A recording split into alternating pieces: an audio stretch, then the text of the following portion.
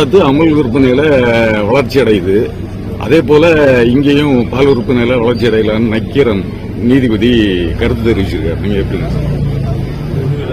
அவர் பால்வளத்துறையினுடைய வளர்ச்சியை அவர் ஒரு மீளாய்வு செய்து பார்த்தாருன்னா தெரியும். இந்த நம்முடைய மாண்பு முதல்வருடைய ஆட்சியில் அது எவ்வளவு தூரம் முன்னேறி இருக்கிறது. நான் நேற்றைய தினம் விட செய்தியாளர் சந்திப்பில் சென்னையில் சொன்னேன், 36 லட்சம் லிட்டர் அளவுக்கு பால்வளத்துறை வளர்ந்திருக்கு.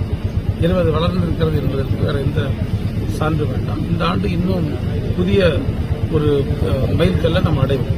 இல்ல, இந்த விற்பனை பால் விற்பனை அதிகரித்து மது விற்பனையை குறைக்கலாம், சாராய விற்பனையை குறைக்கலாம்னு அவர் இதாக்குறாரு. அதுக்கு சாத்தியமா?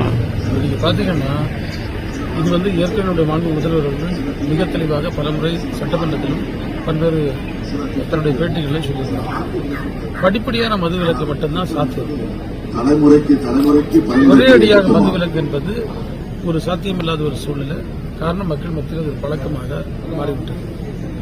அதன் அடிப்படையில் இந்த அரசு பொறுப்பேற்ற பிறகு பல மதுக்கடைகளை அவங்க கூட்டிட்டு இருக்காங்க. ஆனாலும் அது ஒரு சமூக பிரச்சனையாக இருக்கிறது. ஒரு மிகப்பெரிய விழிப்புணர்வு மூலமாகத்தான் மாற்ற முடியும். இப்ப அதிலிருந்து மீண்டு வருபவர்களுக்கு உதவுகின்ற விதத்தில் பல இடங்களில் அதற்கான கவுன்சிலிங் சென்டர்ஸ் அமைச்சிருக்கோம். இப்ப நம்ம கூட குருந்தங்கோடு பகுதியில் ஒன்று அமைத்திருக்கின்றோம். அதில் எப்படின்னா அதிலிருந்து அவங்களை மீட்டு கொண்டு வருவதற்கான வழிமுறைகளை கையாளுவார்கள். எனவே என்னுடைய மாண்பு முதல்வர்கள் கூறியிருப்பது போன்று படிப்படியான அந்த மது கடைகளை குறைப்பதென்ற திட்டத்தில் நம்முடைய அரசு முனைப்பாக இருக்கிறது. ஆனால் ஒரே அடியா நிறுத்துவது என்பது அது கொஞ்சம் சமூக பிரச்சனைகளை உருவாக்கக்கூடிய வாய்ப்புகளும் இருக்கிறது. ஆம்ஸ்ட்ராங் படுகொலை தமிழகத்தில் சட்ட ஒழுங்கு கேள்விக்குறி அப்படின்னு குற்றச்சாட்டு. குற்றச்சாட்டுகளை பொறுத்தவரையில் இது பல நேரங்களில் தனிப்பட்ட விரோதங்களினால் பல்வேறு பிரச்சனைகளால் நடந்துட்டு இருக்கு. அது ஒரு சம்பவத்தை வச்சு சட்ட ஒழுங்கு போய்விட்டது என்று சொல்வது நியாயமான ஒன்றல்ல.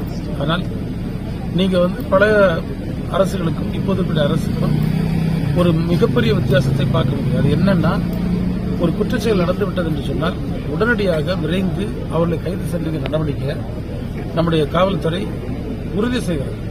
அதில் மாண்பு முதல்வர் அவர்கள் அதில் எந்த சமரசமும் கூடாது என்ற நிலைப்பாட்டை எடுத்து குற்றச்செயல்களில் ஈடுபடுவர்களை இரும்பு கரங்கால் ஒடுக்குகின்ற நடவடிக்கை எடுத்து வருகின்றார்கள். அந்த வழியில் நீங்க பாத்தீங்கன்னா தமிழ்நாட்டினுடைய அத்தனை குற்றச்செயல்களிலே அந்த குற்றவாளிகள் கைது செய்யப்பட்டு சட்டத்தின் முன் நிறுத்தப்பட்டிருக்கிறார்கள். இந்த வழக்கிலையும் அதே மாதிரி மாண்பு முதல்வர்கள் கண்டிப்பாக நடவடிக்கை எடுக்கிறார்கள். தமிழகத்தில் வெற்றி பெறலன்னு சொன்னாலும் 2வது இடத்துல நாங்க இருக்கோம் அப்படின்னு சொல்லிட்டு அண்மையில பிரதமர் சொல்லியிருக்காங்களா சார்? அது எப்படிப்பட்ட ஒரு போலியான வெற்றின்னு உங்களுக்கு தெரியும். பல்வேறு சாதி அமைப்புகள் அதனுடைய பிரதிநிதிகள் என்று பல இடங்களில் விட்டு நிறைய பணத்தை செலவு பண்ணி கொஞ்சம் ஓட்டை வாங்கிட்டு இது அவங்களுக்கு கிடைத்த வெற்றி என்று சொல்வது அவங்களுடைய தவறான கணக்கு. இப்படிதான் 400+ என்று சொன்னவர்கள் இப்போது 240 நிற்காங்க. இதே போல இந்த கணக்கை வச்சுக்கிட்டு அவங்க அடுத்த தேர்தலை தமிழ்நாட்டில் சந்தித்தால் நாங்கள் சொல்லுகின்ற 200க்கு மேல் என்கின்ற இலக்கை நிச்சயமாக திராவிட முன்னேற்ற கழகம் உறுதியாக எட்டும் என்பது வேறு சந்தேகமே இல்லை. அதிமுக சொல்லுது நாங்க தான் 2வது இடம் அப்படின்னு. அதிமுக சொல்லுது நாங்க தான் 2வது இடம் அப்படின்னு. பாஜக சொல்லுது நாங்க தான் 2வது இடம். இது எப்படி நாங்க பார்க்கணும்? இதுல ஒன்னும் சொல்லல. நீங்க வாக்கு கிடைத்திருப்பது பார்த்தாலே ஏடிஎம்கே 2வது இடம் தான். அது மாற்றுக்கிறது கிடையாது.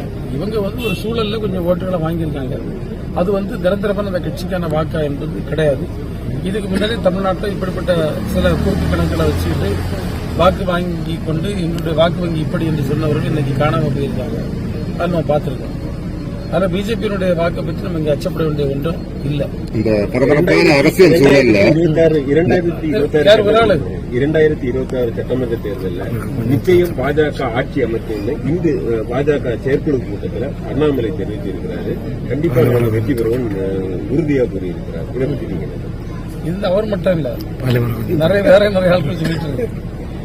நீங்க பாத்தீங்கன்னா 10 ஆண்டு காலம் ஆட்சி செய்த பாஜகவால் அவர்கள் மத ரீதியாக அந்த ரிலிஜியஸ் கன்சால்டேஷன் பண்ண இடங்கள்ல கூட அவங்களால வெற்றியை பெற முடியல.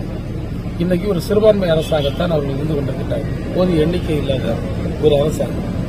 இந்த நிலையில் தமிழ்நாட்டில் அவர்களுக்கு எந்த வாய்ப்பும் கிடைக்காது.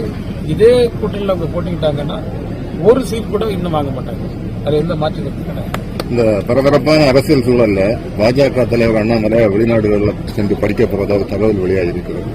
எப்படி பாக்குறீங்க? படிக்க நல்லதான், ஒன்றும் பிரச்சனை இல்லை. ஆனா மக்களுடைய பல்சே படிக்கணும், மக்களுடைய பிரச்சனைகளை தெரிந்திருக்கணும், மக்களுடைய பிரச்சனைகளை மையமாக வைத்து சிந்திக்கணும். ஆனா பாஜக அப்படி செய்யல. அவங்க சிந்திப்பதும் செயல்படுவதும் கார்பரேட்டுகளுக்காகவும் இல்ல சமூகத்தில் உயர்ந்த தட்டில் இருக்கக்கூடியவர்களுக்காக. ஆனா அவங்க அதையெல்லாம் விட்டுட்டு நீங்க பாஜக செய்ய வேண்டிய முதல் கரெக்ஷன் இந்த தேர்தலில் அவங்க மத ரீதியாக மக்களை ஒன்றுபடுத்தி பார்த்த முயற்சி ஈடுபட இல்லை. இதை கருத்தில் கொண்டு இனியாவது அவங்க சமய நல்லிணக்கத்துக்கு குந்தகம் விளைவிக்காமல் அனைத்து தரப்பு மக்களையும் ஒன்றாக நடத்தக்கூடிய நிலைமைக்கு வர வேண்டும். ஷார்ட் டைம்ல பாஜக தலைவராக வந்துருக்காரு, தேசிய தலைமை அழுத்தம் கொடுக்குது, அப்படி ஏதாவது பாக்குறீங்களா? அங்க சீனியாரிட்டி ஒன்றும் மேட்டர் இல்லை, யாரு என்ன எப்படி எல்லாம் உங்களுக்கு கதை இல்லை. நீங்க கவிழ்த்தா உங்களுக்கு உடனே பதவி கிடைக்கும். அவுட்பட்ட கட்சியில் யாருக்கு என்ன பதவி கொடுக்காங்க, என்ன ஒண்ணுமே இல்லை, என்ன பதவி யாருக்கும் கொடுக்காங்க.